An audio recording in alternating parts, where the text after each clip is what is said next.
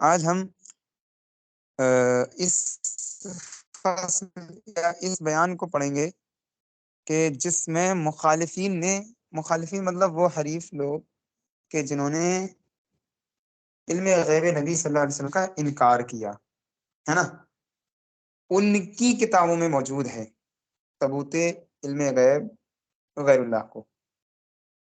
ٹھیک، چلو ہم شروع کرتے ہیں۔ بسم اللہ الرحمن الرحیم۔ مخالفین کی تائید کے بیان میں 5ویں فصل باندھی گئی ہے۔ اب تک تو موافقین کی عبارات سے علم غیب حضور صلی اللہ علیہ وسلم کے لیے ثابت ہے کو ثابت کیا گیا۔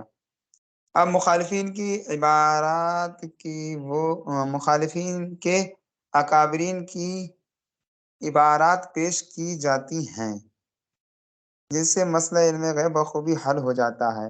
دیکھیں حاجی امداد اللہ مکی، حاجی مکی بہت بڑے بزرگ اور اچھے قابل قدر گزرے ہیں، اشرف علی تھانوی کے پیر و مرشد ہیں۔ بہت سارے دیانہ اور وہابیوں کے سرغنہ ان لوگوں کے کیا رہے ہیں، یہ پیر رہے ہیں، پیر صاحب۔ تو اس میں یہ ان کی عبارت ہے، ان کی کتاب ہے شمائل امدادیہ۔ اس میں حضرت تحریر فرماتے ہیں، ان کے عقائد بہت اچھے تھے ماشاءاللہ۔ 7 مسائل کر کے انہوں نے کتاب لکھی ہے جس میں ان ساری باتوں کو بالکل مفصل بیان کیا گیا، جن باتوں کو لے کر کے فتاوی رشیدیہ یا صراط مستقیم یا تقویت الایمان میں جو ہے مختلفی یا پھر جو ہے طرح طرح کی خمارہ شائیاں کی گئی اس میں۔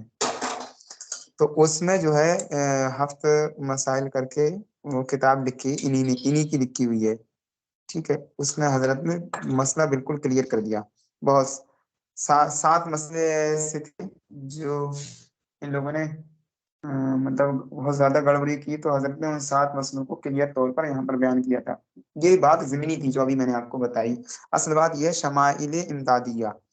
اس میں حضرت بیان فرماتے ہیں کہ لوگ کہتے ہیں علم غیب انبیاء اولیاء کو نہیں ہوتا۔ لوگ ایسے لوگوں کو مطلب جو ہے جنہوں نے انکار کیا علم غیب نبی کو، ان کو نام لینا نہیں چاہیے، ان کو لوگ کہتے ہیں ایسے ہی عام الفاظ سے یاد کرنا چاہیے۔ صحیح کیا۔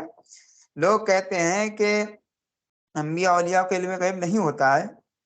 اس میں کہتا ہوں اس بابت کہ اہل حق جس طرف نظر کرتے ہیں دریافت و ادراک مغیبات کا ان کو مطلب دیکھیں، ادراک مغیبات کا ان کو ہو جاتا ہے۔ ادراک مطلب جانکاری، مغیبات مطلب جو چھپی ہوئی چیزیں ان کا ادراک ہو جاتا ہے، ان کی وہ چیزیں حاصل کر لیتے ہیں، ہے نا۔ اب حضرت یہ حاجی امداد اللہ کیا وہ سنی ہے یا کیا ہے، وہ پہلے بتا دیں گے تو صحیح۔ بہت اچھے عقائد تھے، بہت ماشاءاللہ ٹھیک ٹھاک تھے، اور انہوں نے مسئلہ کلیئر کر دیا۔ سب ٹھیک تھے، مطلب ان کے عقائد بہت اچھے تھے، ابھی میں نے بتایا۔ تو ان نے کیا کیا، سنی تھے، صحیح عقیدہ تھے، لیکن ان کے مرید پیر تھے اشرف علی اور بہت سارے سرغنہ کے، آپ نے غور سے نہیں سنا۔ خیر، تو بیان کرتے ہیں کہ اہل حق جس طرف نظر کرتے ہیں، اہل حق مطلب وہی جو اللہ کے برگزیدہ بندے ہوتے ہیں۔ ٹھیک، اصل میں علم حق، اصل میں یہ علم حق ہے۔ حضرت علیہ السلام کو حدیبیہ اور حضرت عائشہ کے معاملات کی خبر نہ تھی، اس کو دلیل اپنے دعوے کی سمجھتے ہیں وہ لوگ۔ تو کہہ رہے یہ غلط بات ہے، یہ سب ایسی بات نہیں، یہ تو امت کی اس کے لیے ہوتا ہے۔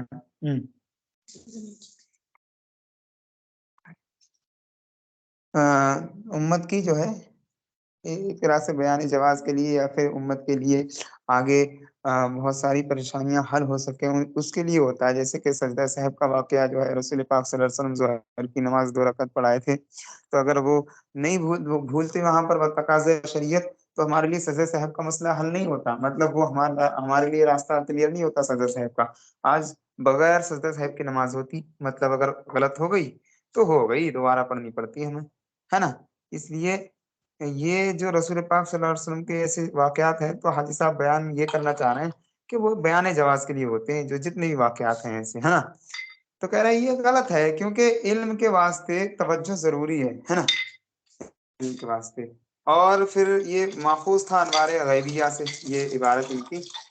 پھر مولوی رشید لطائف رشیدیہ میں بیان فرماتے ہیں، مولوی وہی رشید احمد گنگوہی، اس نے فتاوی رشیدیہ اور جانے کون کون سے فتاوا جو ہے لکھے ہیں، یا بہت ساری باتیں غلیظ استعمال کی ہیں کھل کے، اور اس کا اس نے جو ہے رد کیا ہے اس فتاوی رشیدیہ میں۔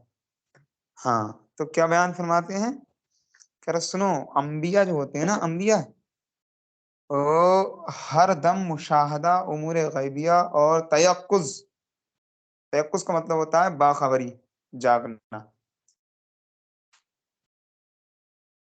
ان کا معاملہ ایسا رہتا ہے تیقظ کا، یعنی حضور حق کا، حضور حق یعنی ہمیشہ حاضر رہتے ہیں۔ اچھا، کما قال النبی صلی اللہ تعالی وسلم لو تعلمون ما اعلم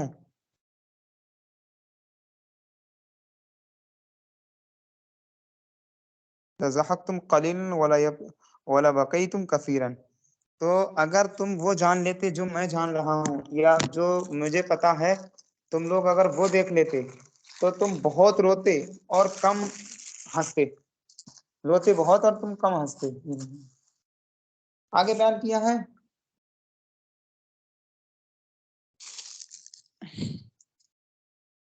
مولوی اشرف علی تھانوی کی کتاب تکمیل الیقین سے۔ ہاں اب دیکھو اس عبارت سے کیا، مولوی رشید کی عبارت سے اس سے یہ ثابت ہوا اس عبارت سے کہ مطلب مولوی رشید بھی اس بات کو مان رہے ہیں کہ حضور صلی اللہ علیہ وسلم غیب کی باتیں جانتے تھے، تبھی تو کہہ رہے ہیں ہم ہر دم مشاہدات امور غیبیہ وغیرہ کو وہ جو ہے آدھی جانتے تھے۔ ٹھیک ہے، پھر حدیث پاک بھی پیش کی کہ میں وہ جانتا ہوں جو تم نہیں جانتی، یعنی کہ میرا مقام تم سے الگ ہے۔ اور ایک صاحب کہہ رہے ہیں سب برابر ہیں، اشرف علی ہیں حفظ الایمان میں کہہ رہے ہیں سب برابر ہیں، اولیاء ہوں انبیاء ہوں، حضور کی کیا تخصیص، اللہ رحم فرمائے۔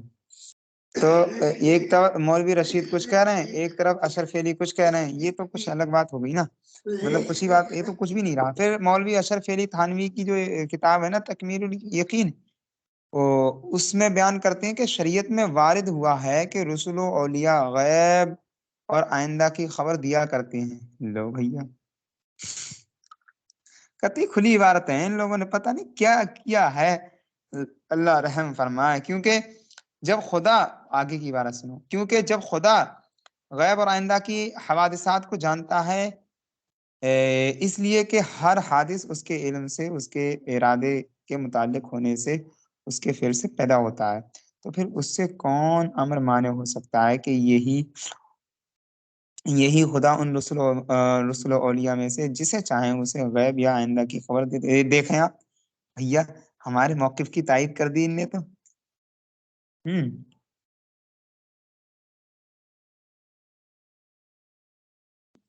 اگرچہ ہمیں اس کے قائل ہیں کہ فطرت انسانی کا یہ تقاضا ہے، یہ تقاضا نہیں، متقاضی کا مطلب تقاضا نہیں، یعنی نہیں ڈیمانڈ ہے کہ خود، یعنی خود سے مغیبات میں سے کسی شے کو جان سکے۔ اس کا مطلب یہ ہوا کہ اگرچہ ہم یہ بات مانتے ہیں کہ انسان خود سے کوئی چیز حاصل نہیں کر سکتا، لیکن اللہ کے دیے سے حاصل کر سکتا ہے۔ یہ اشرف علی کی بات ہے، اس کی وضاحت میں کر رہا ہوں۔ اور ہم اس سے کچھ ہٹ کر کہتے ہیں کیا؟ اب انہیں سنایا جائے، ہم اس سے ہٹ کر کہتے ہوں تو بتاؤ کہ انسان خود سے کچھ نہیں حاصل کر سکتا بھائی، اللہ کو جو، رسول اللہ کو جو کچھ بھی حاصل ہے سب اللہ کے دیے سے ہے۔ اب کیوں کہہ رہے ہو شرک ہے، کفر ہے، شرک ہے، کفر ہے؟ بلا وجہ کی بات ہے۔ پہلے یہ بتائیں آواز آ رہی ہے میری صاحب؟ جی حضرت آواز آ رہی ہے صاحب۔ ہاں، تو اب کہا شے کا مطلب ہوتا ہے چیز، یہاں پر لکھا ہوا ہے جو کسی شے کو جان سکے۔ لیکن اگر خدا کسی کو بتا دے تو اس کو کون روک سکتا ہے؟ ہنسی بھی آ رہی مجھے ان کی باتوں پہ، پھر سوچ بھی رہا ہوں کہ یہ لوگ کتنے بڑے والے تھے کہ ایک طرف کچھ ثابت کرتے تھے، عوام کو کچھ کہتے تھے، پھر اپنی کتابوں میں کچھ لکھتے تھے۔ بس ان لوگوں کو جو کچھ معلوم ہوتا ہے وہ خدا کے بتانے سے ہی معلوم ہوتا ہے، اور پھر وہ لوگ اوروں کو خبر دیتے ہیں۔ اللہ اکبر۔ ان کو کوئی چیز تو روکی حق بیان کرنے سے، اور حفظ الایمان، تحذیر الناس جیسی کتابوں کو وجود میں لانے سے کسی چیز نے تو جو ہے ابھارا، اور وہ پیسہ ہے انگریزوں کا۔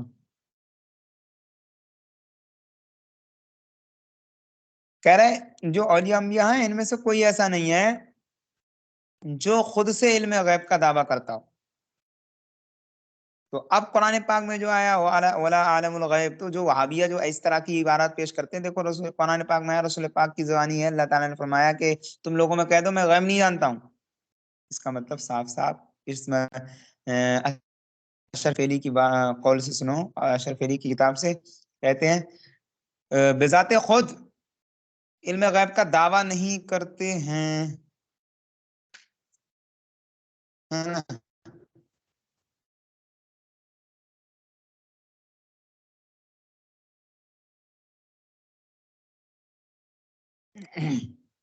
بذات خود دعویٰ نہیں کرتے ہیں۔ اچھا ٹھیک، اب دیکھو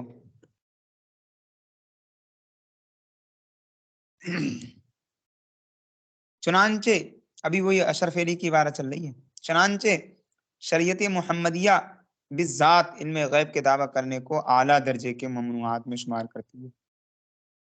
اعلیٰ درجے کے ممنوعات میں شمار کرنے کا مطلب ہے حرام و کفر۔ اعلیٰ درجے کا مطلب الفاظ بھی ایسے استعمال کیے ہیں کہ کوئی سمجھ نہیں پائے، لیکن علماء راسخین سے کیا بچ سکا، ہے نا؟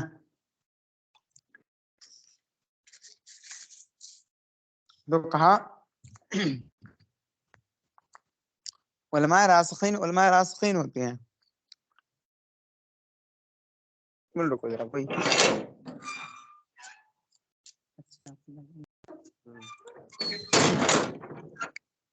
لہذا وہ تو سب کو جان لیتے ہیں۔ پھر مولوی قاسم سے سنو، علوم اولین مثلاً اور ہیں، علوم آخرین کہہ رہے کہ اور لیکن وہ سب علم رسول اللہ صلی اللہ علیہ وسلم میں جمع ہیں۔ اسی طرح سے عالم حقیقی رسول اللہ صلی اللہ تعالیٰ علیہ وسلم، عالم حقیقی رسول اللہ صلی اللہ علیہ وسلم ہے۔ انبیاء جو باقی ہیں نا، یعنی دوسرے انبیاء اور اولیاء، وہ بالعرض عالم ہیں۔ اب دیکھیں بھائی مولوی قاسم نے تو وہ سب کہہ دیا، وہ سب رد کر دیا جو اس نے حفظ الایمان میں کہہ گیا قاسم، ابھی مطلب اشرف علی، آپ حفظ الایمان کو رکھیں سامنے، چھوٹا سا رسالہ ہے 5 بلکہ 10 یا 15 صفحات کا، وائسا اس میں بھی ایسی غلاظت بھری ہے، ریاض باللہ معاذ اللہ صد معاذ اللہ، کہ معاملات بہت خراب ہے۔ ہاں کہا اس آخری عبارت پر غور کریے گا، صاحب کتاب کہتے ہیں کہ مولوی قاسم نے حضور صلی اللہ علیہ وسلم میں اولین آخرین کا علم جمع کر دیا، مان لیا۔